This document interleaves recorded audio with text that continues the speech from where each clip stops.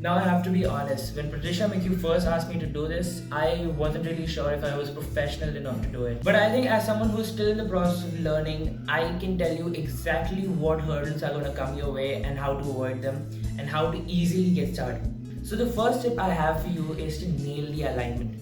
So it might sound like a very basic tip, but it actually is not. A lot of people go wrong in terms of alignment. So when I say alignment, what I actually mean is how far two elements are from each other, or how close they are from each other, and where they are positioned, how close it is to the margin, and all of that. And to avoid mistakes with alignment, the basic rule of thumb that I follow is I place two elements close to each other based and aligned to each other based on how relevant they are to each other.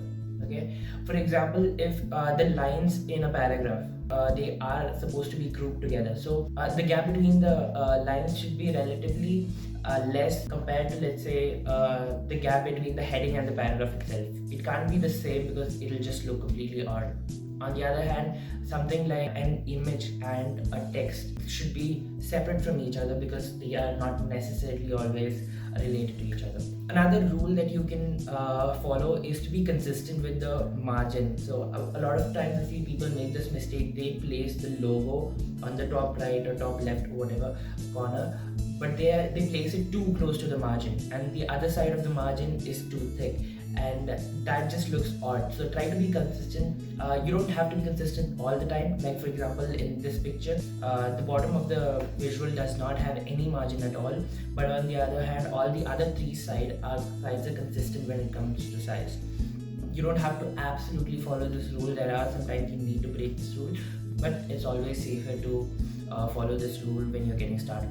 Now the second tip I have for you is to leave sufficient white space or empty space in your design. It is extremely important that your design is not congested. You don't have a lot of elements there that are too big and too close to each other. It's just going to make it very difficult for anyone that's going to look at it to process the information that you're trying to communicate.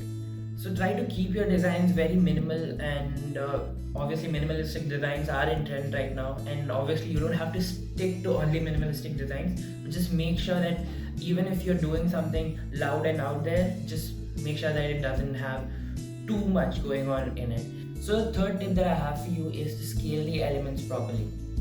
Again, this is related to the first two tips that I gave you.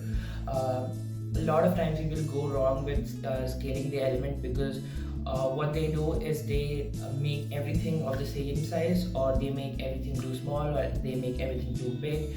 And what I would suggest is, if you're getting started, a simple rule to follow to make it easier for you is always make sure that the biggest element is the most important element. So basically size them on the basis of how important they are.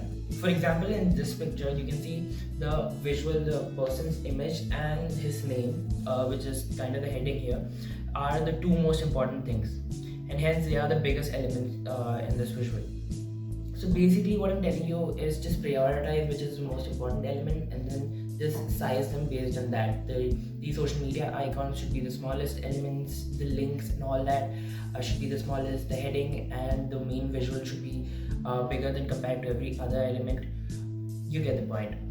So scale every element based on how important they are, and then you'll be good to go. Now if you already understood these tips and are able to use them properly, then you are already a decent enough designer. But what if you don't want to just be a decent designer? What if you want to make your designs look really good and bring a little oomph to it? So how you do that is through this step. So my next step is contrast.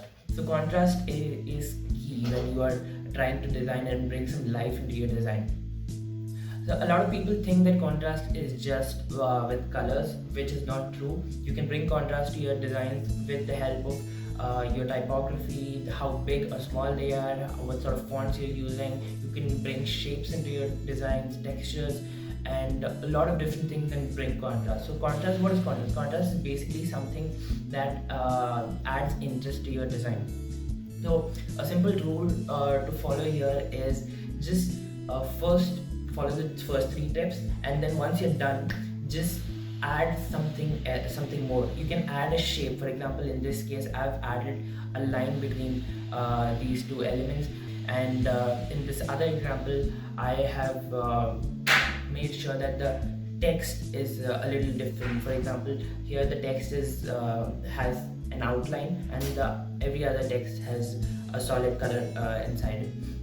So you can bring contrast and a little bit of interest to your design very easily, and make your designs look really good.